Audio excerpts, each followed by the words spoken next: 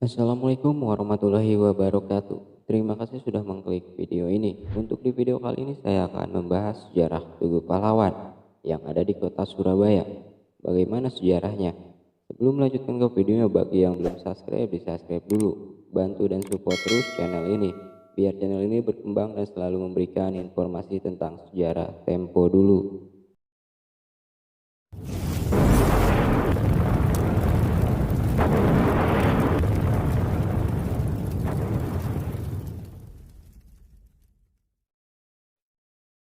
Monumen Tugu Pahlawan Surabaya merupakan salah satu ikon bersejarah yang menjadi ciri khas kota ini. Monumen ini memiliki ketinggian 41,5 meter dengan bentuk menyerupai lingga atau paku yang berdiri terbalik.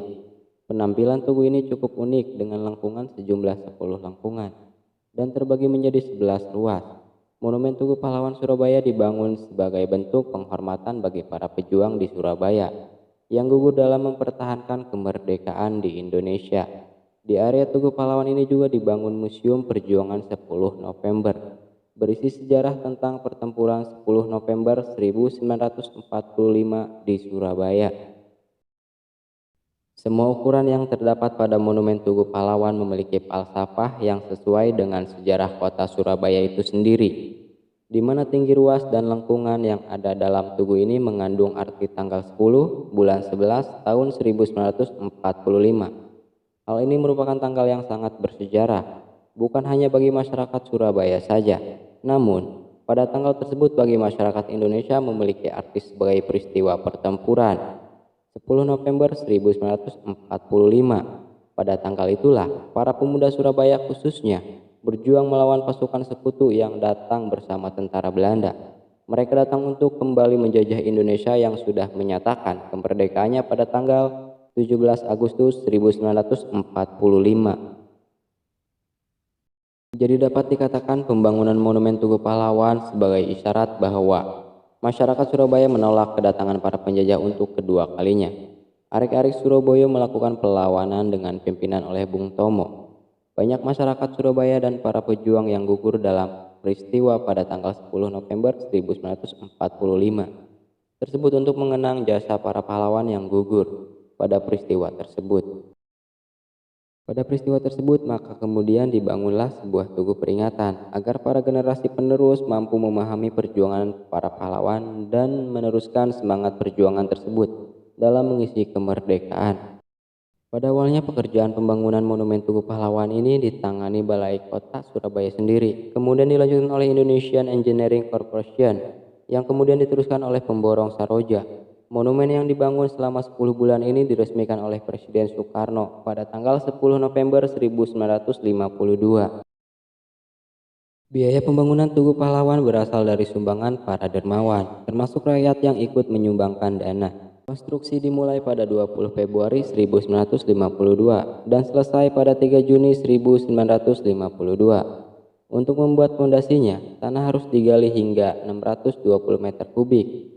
Selanjutnya dilakukan pengecoran beton yang dilakukan oleh Indonesia Engineering Corporation. Untuk membuat beton ini menghabiskan besi sebanyak 19 ton. Pengecoran yang harus diselesaikan secara sekaligus membuat 120 orang harus bekerja bergiliran selama 40 jam non-stop. Pembangunan Monumen Tugu Pahlawan Surabaya ditunjukkan sebagai media agar para generasi penerus bangsa tidak lupa pada sejarah yang pernah ada di Indonesia, khususnya Surabaya. Kemerdekaan yang sudah dinikmati sekarang ini didapatkan dengan pengorbanan para pejuang yang rela mengorbankan jiwa demi kemerdekaan bangsa. Oleh karena itu, proses pembangunan Tugu Pahlawan Surabaya ini dibangun di tempat yang mudah untuk dilihat, yaitu berada di tengah kota Jalan Pahlawan Surabaya, letaknya yang berdekatan dengan kantor Gubernur Jawa Timur, juga dekat dengan Jembatan Merah dan Hotel Oraze. Hotel Yamato di Jalan Tunjungan, tempat yang identik dengan peristiwa 10 November tahun 1945. Letaknya di tengah kota, pembangunan tugu ini mudah dilihat oleh siapa saja yang berada di jantung kota Surabaya ini.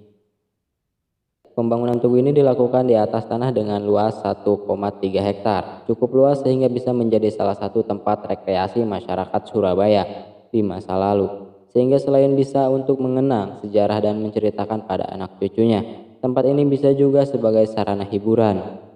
Hingga kini masih muncul dua pendapat tentang siapa yang memprakarsai pembangunan dan juga menjadi arsitek dari monumen yang menjadi ikon kota Surabaya ini. Dalam penuturan sejarah yang dikemukakan oleh Gatot Barnowo, monumen ini pada dasarnya berasal dari gagasan Dul Arnowo, yang pada waktu itu menjadi kepala daerah kota besar Surabaya. Beliau pada waktu itu meminta Insinyur Tan guna merancang gambar monumen yang hendak dibuat tersebut. Untuk kemudian rancangan tersebut diserahkan kepada Presiden Soekarno. Di sisi lain, berdasar Insinyur Soejasmono, sebenarnya yang memperkasai pembangunan monumen ini adalah Presiden Soekarno sendiri. Dan ide tersebut kemudian dilanjutkan oleh Dul Arnowo, yang kemudian membuat perencanaan dan minta Insinyur Soehartmoko guna membuat arsiteknya. Hal ini telah dilakukan sembara guna memilih arsitek yang akan dipercaya membuat rancangan gambar bagi monumen tersebut. Di awal pengerjaan monumen tersebut masih dilakukan oleh Balai Kota Surabaya sendiri, namun kemudian diteruskan oleh Indonesia Engineering Corporation dan dilanjutkan oleh pemborong Saroja. Proses pembangunan monumen ini memakan waktu selama 10 bulan dan diresmikan bertepatan dengan Hari Pahlawan pada 10 November 1952 oleh Presiden Soekarno. Keberadaan Tugu Pahlawan di Surabaya ini bukan hanya sebagai penanda terjadinya perjuangan rakyat Surabaya, namun masyarakat bisa pula menikmati berbagai dokumentasi yang ada dan berhubungan dengan perjuangan tersebut. Hal ini bisa dijumpai di Museum Bawah Tanah yang berada di bawah Tugu Pahlawan, di mana pada kedalaman 7 meter terdapat museum yang berisi berbagai tampilan di masa perjuangan. Masyarakat yang berkunjung bisa menikmati berbagai foto dokumentasi perjuangan para pahlawan dan juga dokumentasi pembangunan Tugu Pahlawan di Surabaya. Lokasi museum ini tidak jauh dari Museum Surabaya yang terletak di Gedung Siola kawasan Jalan Tunjungan.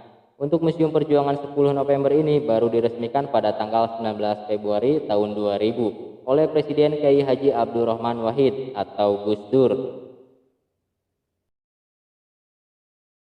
Dalam perjalanannya pada tahun 1991 sampai 1996 dilakukan pembenahan di kawasan Tugu Pahlawan dan Museum Perjuangan 10 November di Surabaya, di mana proses pembenahan ini dipimpin oleh Insinyur Sugeng Gunadi yang juga sebagai staf pengarah Institut Teknologi 10 November Surabaya. Diharapkan dengan adanya pembenahan tersebut, keberadaan Tugu Pahlawan Surabaya dan Museum Perjuangan 10 November bukan hanya sebagai tempat untuk mengenang perjuangan di masa lalu saja, namun lebih jauh bisa menjadi media pembelajaran melalui berbagai dokumentasi yang ada di museum, juga sebagai sarana hiburan masyarakat Surabaya dan menjadi kawasan ruang terbuka hijau yang berada di tengah kota besar, yaitu Surabaya.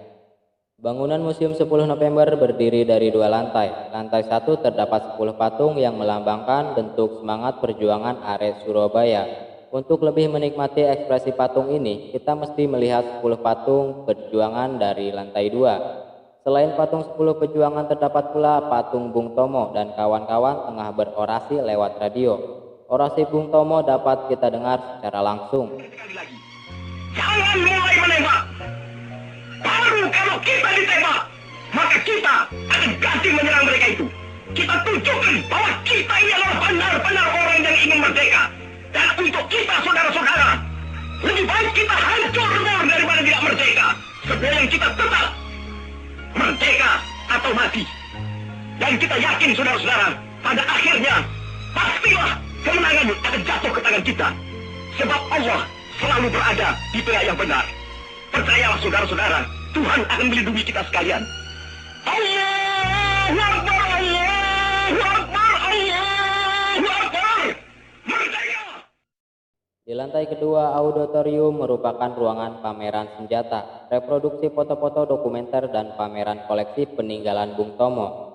Selain itu ada dua ruang benda miniatur 3 dimensi, diorama, yang menyajikan 8 peristiwa yang terjadi sekitar 10 November 1945. Area Monumen Tugu Pahlawan Surabaya dan Museum 10 November ini selalu menjadi pusat perhatian di setiap tanggal 10 November. Momentum ini dimanfaatkan untuk menghormati pahlawan-pahlawan yang gugur di masa Perang Kemerdekaan, yaitu tokoh pahlawan, salah satunya adalah Bung Tomo, Presiden Sudirman, Gubernur Suherjo, Ketua KNI Dul Arnowo, Ruslan Abdul Ghani, Dr. Andes Mustopo, dan Muhammad Mangundi Prejo adalah tokoh-tokoh pejuang Surabaya di masa Revolusi Nasional 1945. Semoga pahlawan-pahlawan revolusi kita untuk membela negara Indonesia akan selalu dihargai sampai generasi yang akan datang. Terima kasih para pejuang, terima kasih para pahlawan. Semua usaha dan pengorbananmu akan selalu dikenang. Cukup itu saja di video sejarah Tugu Pahlawan dan Museum 10 November di Surabaya. Jika ada salah-salah kata dari perkataan dan isi cerita saya, mohon maaf. Kasih kritikan di kolom komentar. Jika videonya bermanfaat untuk kalian, bisa kalian share di sosial media kalian masing-masing. Jika videonya kalian suka, jangan lupa di like. Bagi yang belum subscribe, di subscribe dulu, bantu dan support terus channel ini, biar selalu memberikan informasi tentang sejarah Tempo dulu. Terima kasih dan sampai jumpa di video berikutnya.